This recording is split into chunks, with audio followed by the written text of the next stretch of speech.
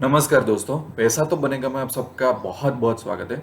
आज एक बहुत इंटरेस्टिंग टॉपिक है जिसका नाम है कि हमारे अंदर जो इमोशन होते हैं, जो हमारा माइंडसेट होता है, उसका इम्पैक्ट हमारी सक्सेस या फेलियर पे कैसे होता है स्टॉक मार्केट में। है तो ये इंटरेस्टिंग टॉपिक, बट कुछ लोगों को ये भाषण लग सकता है, ज्ञान लग सकता है, थोड़ा सा बोरिंग लग सकता है, तो वो लोग ये वीडियो अभी स्किप कर सकते हैं क्योंकि पूरा एक सब्जेक्टिव टॉपिक रहेगा। अच्छा, ये टॉपिक पे मैं वीडियो क्यों बना रहा हूँ? काफी सारे लोगों से रिक्वेस्ट भी आई है और मेरा पर्सनल ऐसा मानना है कि पूरा दिन, पूरी जिंदगी जो लोग स्टॉक मार्केट में होते हैं वो स्ट्रेटेजी के पीछे भागते रहते हैं, टेक्निकल एनालिसिस के पीछे भागते रहते हैं, टूल्स के पीछे हम लोग भागते रहते हैं। तो वो ऐसा ही है, मैं ऐसा मानता हूँ कि जैसे कि हमें कोई वॉर में जाना है, जंग में जाना है, तो हमारा ऐसा सोच रहा है कि हमारे पास बेहतरीन वेपन होगा तो हम जीत जाएंगे। पर जितना वेपन्स का होना जरूरी है उतना ही आपका माइंडसेट भी, साइकोलॉजी भी ट्रेन होना जरूरी है। वरना आप दुश्मन से जीत नहीं सकते। बैटल फील्ड में दोनों का होना जरूरी है। ठीक है। इसके लिए एक बहुत ही अच्छे से थॉट प्रोसेस के साथ ये वीडियो स्टार्ट करते हैं कि मैंने मेरी लाइफ में काफी सारी मिस्टेक्स की, ट्रेडिंग और इन्वेस्टमेंट। वो मिस्टेक्स से चलते हुए मुझे ये रियलाइज हुआ कि स्टॉक मार्केट एक आईना है। Stock market is the mirror. वो ऐसा एक मिरर है कि आपको अपना कैरेक्टर बता देता है, आपको अपना माइंडसेट बता देता है। और इससे इंटरेस्टिंग चीज क्या हो सकती है? किसी को अपनी साइकोलॉजी जाननी हो तो बंदा स्टॉक मार्केट में चला जाए, उसको पता चल जाएगा कि उसके इमोशंस कैसे हैं। मैंने यहाँ पे नोट तैयार कर लिए ताकि मैं भूल ना जाऊं कि कौन से टॉपिक्स मुझे इंक्लूड करने, तो बार बार मैं देखता रहूंगा ये नोट में। कई बार काफी सारे अच्छे अच्छे मैथमेटिशियन होते हैं, स्टैटिस्टिशियंस होते हैं, लॉयर्स होते हैं, चार्टर्ड अकाउंटेंट्स होते हैं, वो फेल हो जाते हैं स्टॉक मार्केट। भैया, इतना बड़ा चार्टर्ड अकाउंटेंट, इतना बड़ा मैथमेटिशियन फेल क्यों हो जाते हैं? उनके पास क्या नॉलेज नहीं था? उनके पास क्या थॉट प्रोसेस नहीं थी? पर स्टॉक मार्केट में जो कैरेक्टर चाहिए वो कैरेक्टर नहीं था। और सबसे बड़ी दुख की बात यह है कि काफी सारे ट्रेडर्स, और जब मैंने इनिशियल ट्रेडिंग चालू किया था, इन्वेस्टमेंट चालू किया, तो हम लोग क्या करते हैं, पूरा दिन स्ट्रेटेजी, पूरा दिन टेक्निकल टूल्स, उसके पीछे भागते रहते हैं। जैसे कि आपको अगर क्रिकेट में आगे बढ़ना हो, चाहे कोई भी स्पोर्ट में आपको आगे बढ़ना हो, चाहे फुटबॉल हो, हॉकी हो, रनिंग हो, कोई भी, तो आपका जो फिजिकल फिटनेस है, आपकी जो क्रिकेट खेलने की टेक्निक्स है एज ए बैट्समैन या तो एज ए बॉलर, वो तो जरूरी है। उसके ऊपर बोलने की जरूरत नहीं है। उस वो तो आना ही चाहिए आपको। अगर आप बैट्समैन हो तो आपको रन बनाने आने चाहिए, बॉलर हो तो अच्छा बॉलिंग करना आना चाहिए। तो उसके अलावा आपका माइंडसेट कैसा है, उसके बेस पे आप आगे बढ़ोगे लाइफ में। वरना हर बंदा तो कैप्टन बन सकता नहीं, और हर बंदा तो नेशनल टीम में जाके खेल सकता नहीं, इंटरनेशनल टीम में जाके खेल सकता नहीं। तो अगर ये एग्जाम्पल समझ में आता है और यहां तक आप वीडियो देख रहे हो, तो आपको ये रियलाइज करवाना पड़ेगा कि आप स्ट्रेटेजी, टेक्निकलिटीज के अलावा कुछ और चीजों में भी फोकस कीजिए, जो है आपका माइंडसेट और हमारे इमोशन। तो कुछ प्रॉब्लम्स की बात कर लेते हैं, बाद में वो प्रॉब्लम का सॉल्यूशन ढूंढने की कोशिश करेंगे। जैसे कि मेरे मेरे एक बात बताऊं, थोड़ा मुझे एक वियर्ड प्रॉब्लम हुआ था, थोड़ा अलग तरीके का प्रॉब्लम हुआ था मुझे, कि जब मैंने ट्रेडिंग में सक्सेस हासिल की काफ़ी सारी मिस्टेक्स के बाद। तो लेट्स से कि मैं ट्रेडिंग करा था 50,000 के कैपिटल से, तो उसमें सक्सेस आने लगी, मज़ा आने लगा, प्रोबेबिलिटी मीट होने लगी। तो मेरा ये थॉट प्रोसेस था कि 50,000 में ट्रेडिंग कर रहा हूँ, सक्सेस हासिल हो गई, so now it's matter of number. कि ठीक है, मैं तो 2 लाख के कैपिटल पे भी ट्रेड कर लूंगा, ठीक है, मैं तो 5 लाख भी कैपिटल पे भी ट्रेड करने लगूंगा। बट 50,000 की कैपिटल होती है ना, उस पर जो प्रॉफिट और लॉस होता है ना, वो अलग तरीके से होता है कंपेयर टू लाख या 2 लाख की कैपिटल पे। लेट्स से कि 50,000 की कैपिटल पे मैं ले रहा हूं, तो मुझे प्रॉफिट होगा 2,000, 4,000, 5,000, उस तरीके का प्रॉफिट मैंने देखा हुआ था, उस तरीके का लॉस मैंने देखा हुआ था। अब जैसे ही कैपिटल 1.5 लाख 2 लाख हो गई, तो वो सीधा प्रॉफिट 8,000, 12,000, लॉस 6,000, उसके आसपास आने लगा। तो वो नंबर, आप कितने भी स्ट्रांग हो, आप कितना भी बोल रहे हो, पर वो नंबर कहीं ना कहीं आपको इम्पेक्ट कर जाता है। तो मैं काफी टाइम से ऐसा सोच रहा था कि मैं अगर 25-50 की कैपिटल पे सक्सेस हो जाता हूँ ना, तो मैं तो जुटा लूंगा 2-3 लाख रुपए, 5 लाख रुपए, क्या बड़ी बात है। फिर 5 लाख पे सक्सेस हो गया ना, तो मैं तो 20 लाख की ट्रेडिंग पे करने लगूंगा। तो ये बात मेरी बिल्कुल गलत साबित हुई। और मुझे तब पता चला कि मैं 50,000 की कैपिटल पे अगर सक्सेसफुल हूं, और मैं अगर 2 लाख की कैपिटल पे ट्रेड करना चाहता हूं तो मुझे अपने आप को तैयार करना पड़ेगा नेक्स्ट वर्जन के लिए। जैसे फोन का नया वर्जन आ रहा है ना, उस तरीके से मुझे अपने आप को इवॉल्व करना पड़ेगा। जैसे एक एथलेट होता है या तो एक क्रिकेटर होता है, वो स्टेट लेवल की गेम खेलता है, तो वो इसका मतलब ये नहीं कि वो नेशनल में सक्सेस हो जाएगा। और अगर वो नेशनल में अच्छा खेल रहा है तो ऐसा नहीं कि वो इंटरनेशनली सक्सेस हो जाएगा। इसीलिए उनके कोच होते हैं, वो उसको अलग अलग तरीके की प्रैक्टिस करवाते रहते हैं। इसीलिए मैं बोलता हूं कि लाइफ में टीचर से ज्यादा कोच का इंपॉर्टेंट होता है। पूरे मैगज हम जो न्यूज़पेपर पढ़ते हैं, बाहर जो स्टॉक मार्केट के कोर्सेज होते हैं, जो न्यूज़ चैनल में बताए जाते हैं, जो काफ़ी सारी आजकल यूट्यूब चैनल्स आ गए, उसमें कौन है? टीचर्स है। कोच कौन होता है? आपको हर एक पड़ाव के लिए तैयार करता रहता है, और वो कड़वी बातें करेंगे। टीचर क्या है? मीठी मीठी बातें करके आपको 100 में से 100 ला देगा। इसीलिए स्टॉक मार्केट में या तो बिजनेस फील्ड में आपको कोच चाहिए, जो ऑन ग्राउंड आपको चीजें सिखा सके। आपको टीचर नहीं चाहिए कि आपकी हेल्प कर दे, आपका आपका आपका हाथ पकड़ के आपको खड्डे में से निकाल दे। कोच बोलेगा तू खुद ही बाहर आ खड्डे में से। तो ये बात भी मुझे रियलाइज हुई कि जो 90% हमें नॉलेज मिलता है, जो लोग देने वाले हैं, वो हमारे लिए सूटेबल है ही नहीं कि हमको आगे ले जा सके। चाहे वो पेरेंट्स हो, चाहे हमारे फ्रेंड्स हो, चाहे वो टीचर हो, गलती उनकी नहीं है, गलती हमारी है कि हमने कोच नहीं ढूंढा। तो ये भी एक माइंडसेट की बात है, इसलिए मैंने कर दी। अब बात आती है कॉमन प्रॉब्लम पे। काफी बार ऐसा होता है ना, जब ट्रेडिंग करते हैं, लॉस है लॉस, तो लॉस को हम होल्ड करेंगे। क्या करेंगे? लॉस को होल्ड कर देंगे, पर प्रॉफिट को जल्दी बुक कर देंगे। ये कितने सारे ट्रेडर्स के साथ होता है, मेरे साथ भी हुआ था, काफी काफी बार हुआ था ये, और काफी महीनों तक ये बात चली थी। मैंने ये रियलाइज किया बाद में कि ऐसा क्यों होता है। ऐसा क्यों होता होगा? ऐसा इसलिए होता है कि रियल लाइफ में जब हम कोई एक चैलेंजिंग सिचुएशन से गुजर रहे होते हैं, तो हमारे आसपास फैमिली वाला या हमारा मन क्या कहता है कि आज नहीं तो कल, पेशेंस रखो, होप रखो, आज नहीं तो कल सिचुएशन सही हो जाएगी। हमको क्विट नहीं करने देते वो लोग। और हम क्विट करते हैं तो ये बोलते हैं अरे यार तू तो मैदान छोड़ के भाग गया। ऐसा थोड़ी होता है, लाइफ में तो चैलेंजेस आती रहती है, ऐसा नहीं। तो हमारा माइंड जब हम लॉस में होते हैं ना ट्रेडिंग में, तब हमको क्या बिलीव करवाता है पता है? अभी 1 घंटे में प्रॉफिट में आ जाएंगे, 2 घंटे में प्रॉफिट में आ जाएंगे, आज सोमवार है, बुधवार तक तो आ जाएंगे प्रॉफिट में। ये समझो आप, ये आपको कोई नहीं सिखाएगा, कोई नहीं बोलेगा। रियल लाइफ में जो होता है ना, वो हमारा माइंड रेप्लिकेट करता है प्रॉब्लम को देख के कि रुको। और रियल लाइफ में क्या होता है कि जब छोटी सी भी खुशी आती है तो हम उसको बहुत एंजॉय कर लेते हैं। तो यहाँ पे क्या है, छोटा सा भी प्रॉफिट आएगा ना, तो हम बोलेंगे कि भाई ये खुशी ले लो, जल्दी से ये खुशी ले लो, उसको एंजॉय करने लगो। और दुख आएगा ना, तो वो सालों साल अपने बर्दाश्त करते रहते हैं। तो इसलिए हम लॉस में रुके रहते हैं और प्रॉफिट को जल्दी देखते रहते हैं। हम ऐसा नहीं सोचते हैं कि इसको ग्रो होने दो। अगर प्रॉफिट हो रहा है तो इसको ग्रो होने दो, लॉस हो रहा है उसको काटो। क्योंकि रियल लाइफ की साइकोलॉजी कुछ अलग है। रियल लाइफ में सर्वाइव करने के लिए कुछ और चीज चाहिए, ट्रेडिंग में उसके साथ अपोजिट चाहिए। ये आप मार्क करना, और ये आपको कोई नहीं बताएगा। दूसरा, एक बहुत बड़ी चीज होती है कि रियल लाइफ में क्या होता है कि हमको ऐसा सिखाया गया होता है कि अरे यार हमारे पास पैसे नहीं है ना, पैसे होते तो हम ये कर देते, वो कर देते, ऐसा हो जाता, वैसा हो जाता। अरे मैं बिजनेस हैंडल करता तो मैं ऐसा कर देता, वैसा कर देता। पर जब हकीकत में आपको कोई, काफ़ी सारी बार कैसा होता है कि अगर आपके पास पैसे आ गए ना, तो भी वो जल्दी से चले जाते हैं। और या तो आपको कोई बिजनेस संभालने का दे देना, तो आप संभाल नहीं सकते। हम वही चीज़ ट्रेडिंग में क्या करते हैं, हम लोग ब्लेम करते हैं कि ये स्ट्रेटेजी सही नहीं है, ये स्ट्रेटेजी वर्क नहीं करती।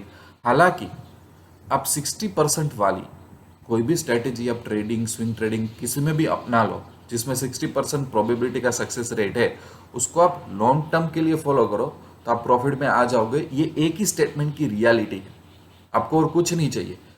बट हम वो फॉलो करने के लिए तैयार नहीं। कई बार आपके आसपास ऐसे एग्जाम्पल होंगे कि कोई फैमिली ने, कोई बंदे ने एक छोटा सा बिजनेस अपने घर से चालू किया, छोटे से इन्वेस्टमेंट से, कुछ फैसिलिटी इनिशियल स्टेज में डिमांड नहीं की, पर छोटा छोटा टर्नओवर होता रहा, 5,000, 10,000, 15,000, 20,000। आज से 25 साल बाद एक बहुत बड़ा शोरूम है, ये तो बहुत बड़ी फैक्ट्री है। मेरे आसपास मैंने ऐसे काफ़ी सारे एग्जाम्पल देखे थे। और आज हम, हमारी जनरेशन क्या सोचती है कि मुझे काफ़े चाहिए, फूड फूड काफ़ी है तो कॉफ़ी का एक काफ़े बनाऊंगा, 5 लाख का एक रिक्वायरमेंट है, उतना तो रिटर्न आ जाएगा। नहीं, और हम चाय बेचने से शुरू करेंगे तो छोटा सा स्टॉल, एक क्यूट का एक स्टॉल बना लेंगे, छोटा सा सुंदर सा, वहां से स्टार्ट करेंगे। क्योंकि फेलियर अगर बहुत बड़ा आएगा तो छोटे से स्टॉल पे दिखेगा नहीं, पर बहुत बड़ा आपने काफे बना दिया तो फेलियर आएगा तो उसको हम सहन नहीं कर सकेंगे। तो ये सब माइंडसेट होता है कि जो हमको रोक के रखता है, हमारी थॉट प्रोसेस ही बहुत ही हमारा दुश्मन बन जाती है। फिर आगे क्या आता है, एक आता है हमारा व्यू पॉइंट कि मुझे स्टॉक मार्केट में से 5,000 मिल जाए काफ़ी है, 10,000 मिल जाए काफ़ी है, रोज के 1,000 मिल जाए काफ़ी है। हम ये समझ नहीं सकते कि स्टॉक मार्केट को ये परवाह ही नहीं है कि आपको कितने पैसे चाहिए। वो पैसे देने भी बैठा है और पैसे लेने भी बैठा है। आपको आप ये सोच के आए कि मुझे डेली 500 मिल जाए तो चलेगा, पर हो सकता है आपके नसीब में डेली के 5,000 लिखे हुए हो, डेली के 50,000 लिखे हुए। काफी लोग जब ये एस्टेब्लिश करते हैं ना, मुझे इतने मिल जाए तो अच्छा है, वो जॉब माइंडसेट होता है। क्यों, मैंने इससे पहले भी कुछ वीडियो में ये रिपीट किया था, अभी भी मैं फिर से रिपीट कर रहा हूँ कि हम जॉब करते हैं ना, मिडिल क्लास और लोअर मिडिल क्लास वाले लोग, तो अब क्या होता है, हमारा एक माइंडसेट होता है, महीने के 30,000 40,000 मिल गए बढ़िया है, रोज के इतने मिल गए बढ़िया है। वही माइंडसेट हम स्टॉक मार्केट में लाते हैं, हम बहुत बड़ी अपॉर्चुनिटीज को मिस करते हैं। फिर हमारी सोच भी ऐसी हो जाती है कि छोटा शेयर, काफी लोग तो मैंने ट्रेडिंग में देखे कि वो, उनको बोलो ना कि रिलायंस में ट्रेड करो तो नहीं करते, मारुति में ट्रेड करो तो नहीं करते। उनको ऐसा लगता है कि 2,000 4,000 वाला शेयर तो मतलब रिस्की है भाई। उनको 100 रुपये वाला शेयर, 200 वाला, 500 रुपये वाला शेयर अच्छा लगता है, क्योंकि उनको ऐसा लगता है कि ये तो नीचे जाएगा तो मुझे बहुत बड़ा लॉस हो जाएगा। और उनको यही पता नहीं होता, ये सब परसेंटेज का खेल है। तुम 20,000 वाले में ट्रेडिंग करो या 200 वाले में ट्रेडिंग करो, तो ये भी एक बहुत बड़ी चीज होती है। फिर मैंने बिग कैपिटल वाली तो चैलेंज बता दी, ये सब ट्रेडिंग की चैलेंज है, ट्रेडिंग की चैलेंज में बता रहा हूँ। अब कुछ चैलेंज आते हैं इन्वेस्टमेंट की, वो भी इंटरेस्टिंग चैलेंजेस है। इन्वेस्टमेंट पे नाम पे क्या होता है, आधी दुनिया पागल है पेनी स्टॉक्स। पेनी स्टॉक मतलब 1 रुपये 50 पैसा, 2 रुपया, 5 रुपया, 10 रुपये वाला स्टॉक, पेनी स्टॉक। और मुझे मैसेज भी आते हैं, सर कुछ पेनी स्टॉक्स बताएं। अब क्या रीजन होता होगा यार कि लोग पागल हो जाते हैं पेनी स्टॉक्स के वीडियो के पाछड़। और पेनी स्टॉक, उनको ऐसा लगता है कि पेनी स्टॉक मतलब सस्ता, अपना कुछ नुकसान नहीं है। मेरे काफी सारे फ्रेंड्स हैं, वो आज तक ऐसा बिलीव करते हैं, मुझे बताते भी है। उनको ऐसा लगता है 1 रुपये वाला कोई स्टॉक ले लो, 2 रुपये हो जाए ना तो 5 लाख का 10 लाख हो जाता है, 10,000 का 20,000 हो जाता है। अब पेनी स्टॉक में इन्वेस्ट करना मतलब कसिनो में ही जाना या तो लॉटरी ही खेलना।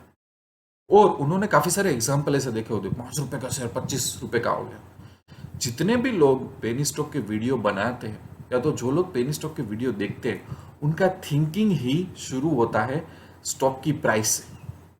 अब कोई बिजनेस है, अगर आप उसमें इन्वेस्ट करना चाहते हो और आपका डिसीजन मेकिंग जो टूल है, जो फाइनल डिसीजन आप लेते हो, वो वही है कि उसकी प्राइस क्या है।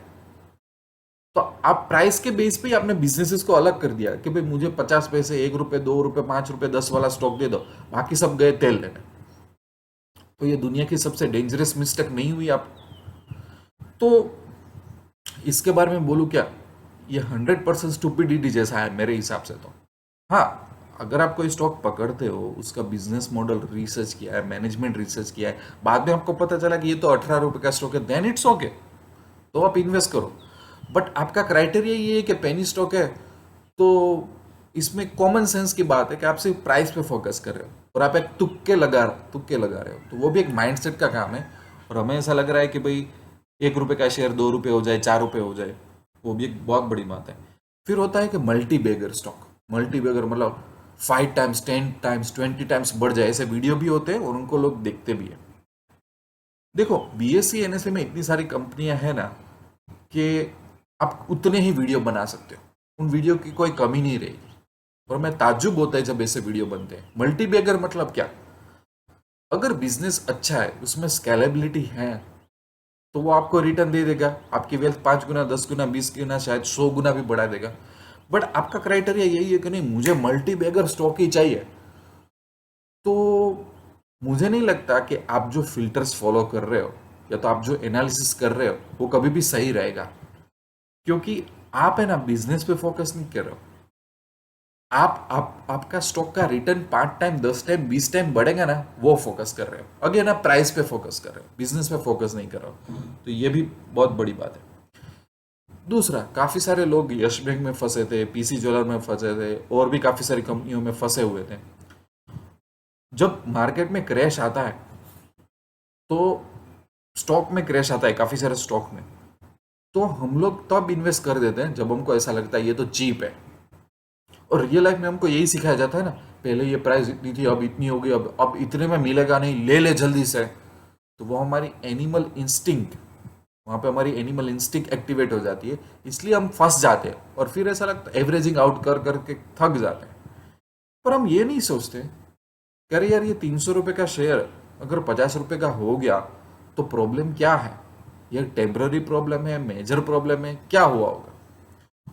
और उसी कंडीशन में स्टॉक थोड़ा सा भी, कोई भी स्टॉक में इन्वेस्ट किया हो, अगर वो 30% बढ़ जाता है तो मुझे मैसेजेस आने लगते हैं, सर मैं एग्जिट कर दूं, सर एग्जिट कर दूं, ऐसा कर दूं, वैसा कर दूं।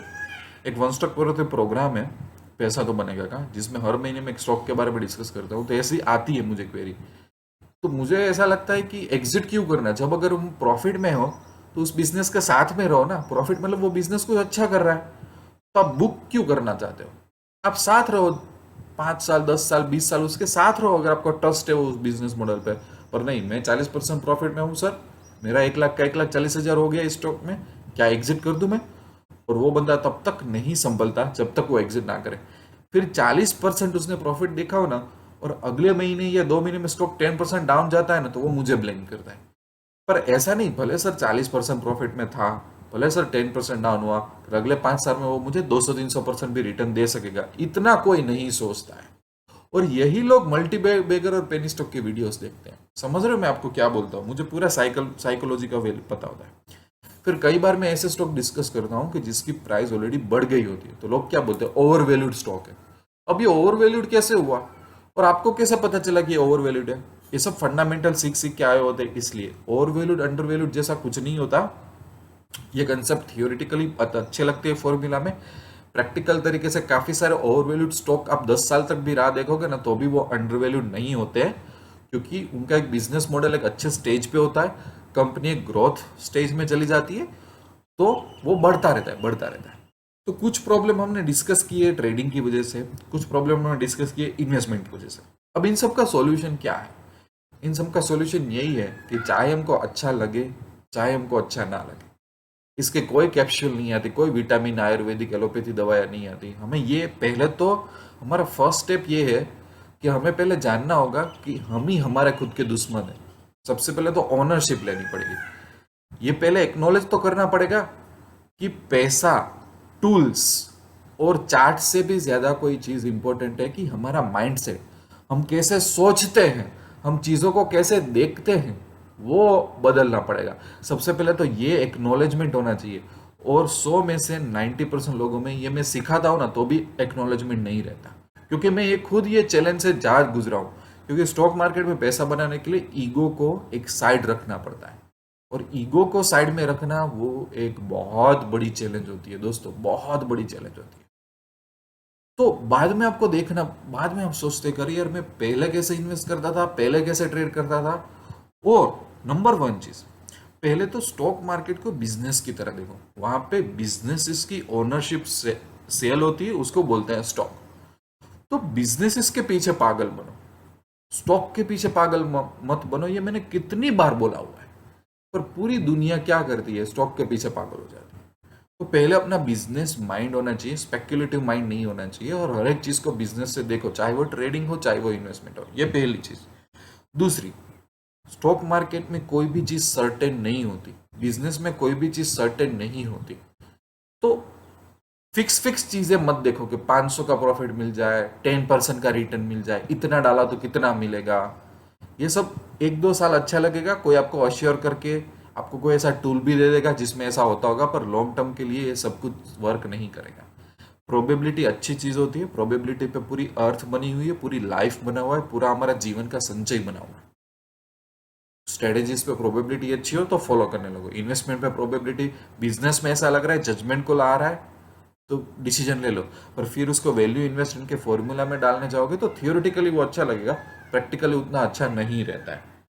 ठीक है, फिक्स अपने पास एक ट्रेडिंग अगर आप कर रहे हो, तो वो ट्रेडिंग चाहे वो ऑप्शन ट्रेडिंग हो, इंट्राडे ट्रेडिंग हो, स्विंग ट्रेडिंग हो, अपने पास फिक्स रिस्क मैनेजमेंट मेथड्स रखा करो।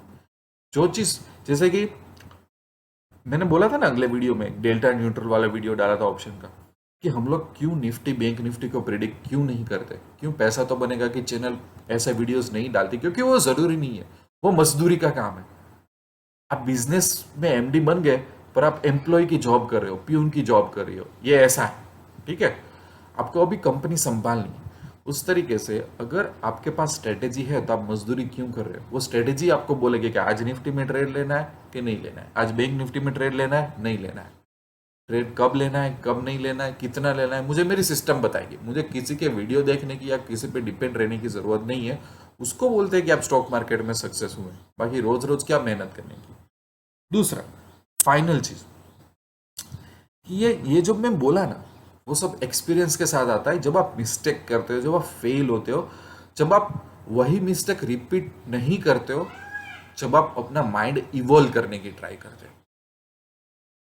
कोई एक एथलेट होता है, चाहे वो स्विमर हो, चाहे वो कोई सी भी स्पोर्ट्समैनशिप में हो, वो हर एक बार नेक्स्ट स्टेज में उसको जाना हो ना, तो अपनी स्किल, अपनी फिटनेस लेवल उसको इवॉल्व करनी पड़ती है, तभी वो नेक्स्ट लेवल में आगे बढ़ पाएगा।